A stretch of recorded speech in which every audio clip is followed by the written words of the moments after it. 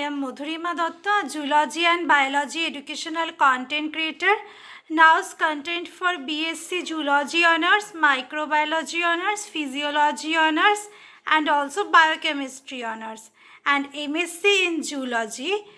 Exam for CUET PG exam, GATE exam, DBT exam, IIT JAM exam and CSI NET Life Sciences exam. Paper Animal Physiology, Unit 1 Homeostasis and topic is Mechanism of Homeostasis Part 1 video. At first I will discuss about the extracellular fluid, the internal environment and intracellular fluid. First, intracellular fluid. About 60% of the adult human body is fluid, mainly of water solution of ions and other substances. Although most of this fluid is inside the cells and is called intracellular fluid. Next, extracellular fluid. Extracellular fluid is all the fluid located outside of your cells, comprising roughly 1/3 of your total body water. It primarily consists of interstitial fluid, that is fluid between cells, blood plasma and transcellular fluid like cerebrospinal fluid, which is delivering vital nutrients while carrying away cellular waste. Next, function of the extracellular fluid. What is the function of the extracellular fluid?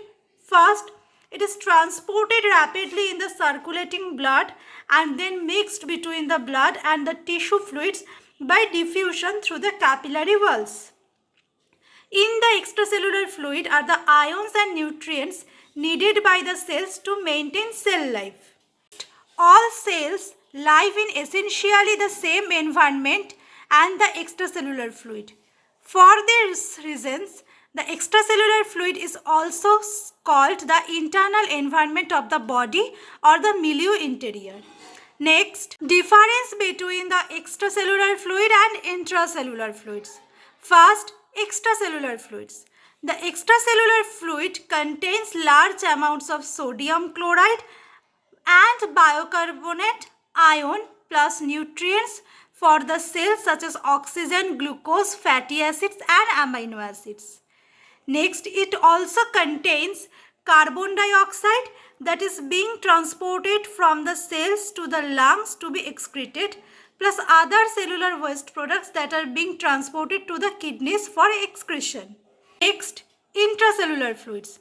The intracellular fluids differ significantly from the extracellular fluids. For example, it contains large amounts of potassium, magnesium and phosphate ions instead of the sodium chloride ions found in extracellular fluids. Special mechanism is for transporting ions through the cell membrane, maintain the ion concentration, difference between the extracellular and intracellular fluids. Next, homeostatic mechanism of the major functional system. At first, extracellular fluid transport and mixing system in the blood circulatory system. We will discuss about the mechanism. First point, extracellular fluid is transported through the all parts of the body in two stages. The first stage is the movement blood through the body in the blood vessels and the second is movement of fluid between the blood capillaries and the intercellular spaces between the tissue cells. Next, all the blood in circulation traverse the entire circulatory circuit an average of once each minute when the body is at rest, as many as 6 times each minute when a person is extremely active. As blood passes through the blood capillaries, continual exchange of extracellular fluid also occurs between the plasma portions of the body and the interstitial fluid that fills the intercellular spaces. Next, the walls of the capillaries are permeable to most molecules in the plasma of the blood with the exception of plasma protein molecules, which are too large to readily pass through the capillaries.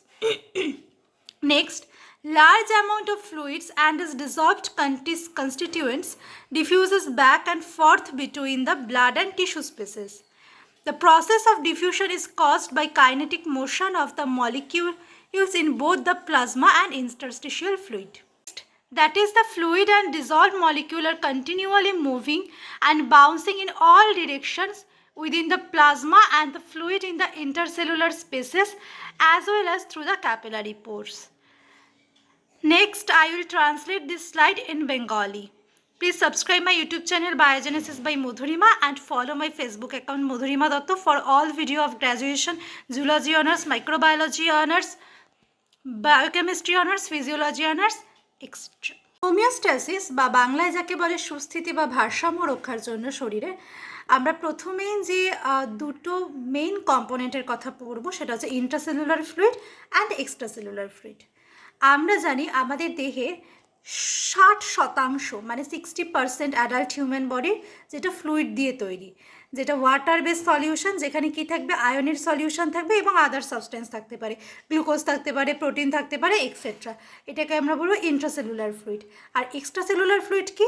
Extracellular fluid হচ্ছে যেই ফ্লুইডটা সেলের বাইরে থাকছে, ঠিক আছে, বাইরে থাকছে, যেটা হচ্ছে বডির 1/3 অংশ হচ্ছে এক্সট্রাসেলুলার ফ্লুইড থাকছে, তাকে আমরা বলবো এক্সট্রাসেলুলার ফ্লুইড। সেগুলো কি হতে পারে? Blood, plasma, transcellular fluid, etcetera. আচ্ছা, নেক্সট এক্সট্রাসেলুলার ফ্লুইডের ফাংশনটা কি? এক্সট্রাসেলুলার ফ্লুইড কী করে?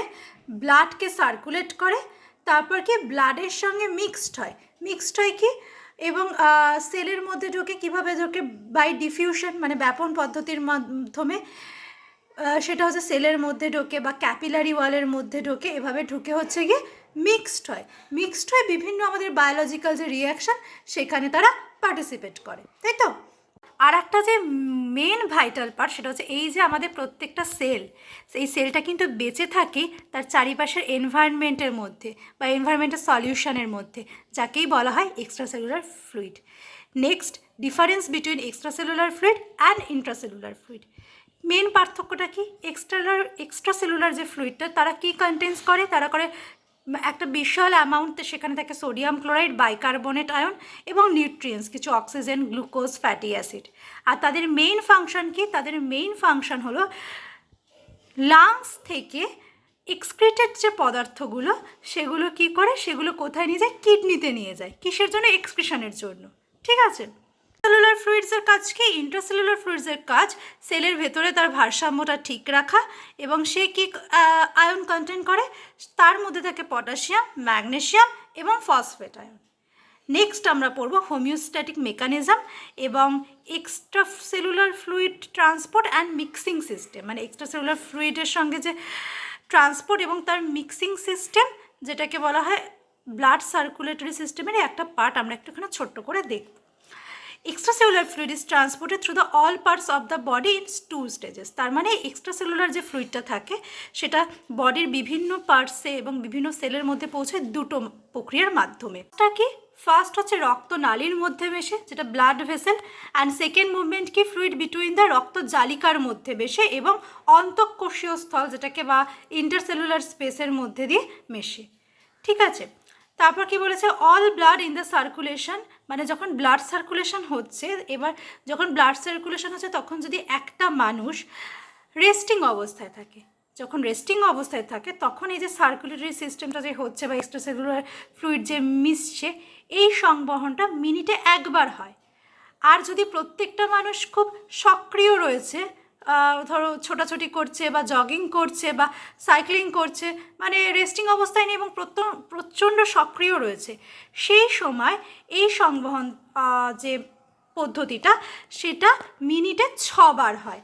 তার জন্যই আমরা একটা জিনিস বলতে পারি, যখন মানুষ দৌড়ে দৌড়ে গিয়ে প্রেশার মাপে বা হুট করে কাজের থেকে বা হুট করে জার্নি করে গিয়ে ডাক্তারখানায় প্রেশার মাপে, তার জন্য তার যদি হাই প্রেশার থেকে থাকে বা লো প্রেশারও থেকে থাকে, প্রেশারটা নর্মালের তুলনায়, মানে তার যে রেঞ্জ প্রেশারের, যদি হাই প্রেশার থেকে হাই প্রেশার বা নর্মাল প্রেশার থাকলে নর্মাল প্রেশার বা লো প্রেশার থাকলে লো প্রেশারও, সেটার থেকে একটু বেশি দেখায়, একটু না, সেটা অনেকটাই, প্রায় 30 মতো ডিফারেন্স হয়।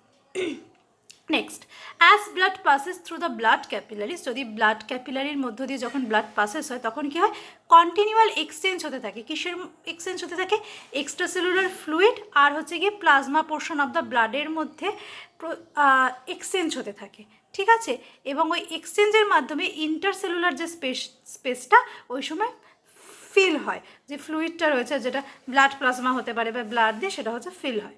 Next, the wall of the capillaries are permeable to most molecule and plasma of the blood with the exception of plasma protein molecules which is too large to readily pass through the capillaries.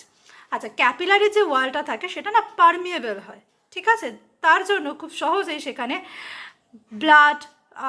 ব্লাডের যে plasma এবং যে ion বা মলিকিউলগুলো সেগুলো pass হতে পারে, এবার খুব বড় মলিকিউল ছাড়া। Next, large amount of fluids and its dissolved continues diffuse back and forth between the blood tissue, and this process of diffusion is caused by kinetic motion of the molecules in both of the plasma and interstitial fluid. তাহলে এই যে প্রসেসটা, এই প্রসেসটা সম্পূর্ণ কিসের মাধ্যমে হচ্ছে? কাইনেটিক মোশনের মাধ্যমে হচ্ছে, এবং সেটা ডিফিউশন পদ্ধতিতে হচ্ছে, এবং তার জন্যই কে দেয়? Both plasma and interstitial fluid দুটোরই এক্সচেঞ্জ সবসময় হতে থাকছে। আর এই যে এক্সচেঞ্জটা, এটা কিন্তু সবসময় হতে থাকছে, এটা একটা কন্টিনিউয়াল প্রসেস। কি বলেছে? That is the fluid is dissolve, ফ্লুইডটা ডিজলভড হয়ে গেল মলিকিউলগুলো, এবং সেগুলো কন্টিনিউয়ালি মুভমেন্ট হতে থাকছে প্রত্যেকটা ডিরেকশানে, ঠিক আছে, মানে ইন্টারসেলুলার স্পেস থেকে ক্যাপিলারিতে যাচ্ছে, ক্যাপিলারি থেকে ভেসেলে যাচ্ছে, বা ভেসেল থেকে আবার ইন্টারস্টেশনাল স্পেসে যাচ্ছে, আবার ওখান থেকে এক্সট্রা সেলুলার যে স্পেসটা সেখানে যাচ্ছে, ঠিক আছে। এটাই হচ্ছে আজকের টপিক। আজকের টপিক এই অবধি থাকছে। আজকে ক্লাস 11-12 কোনো ভিডিও দেওয়া হবে না।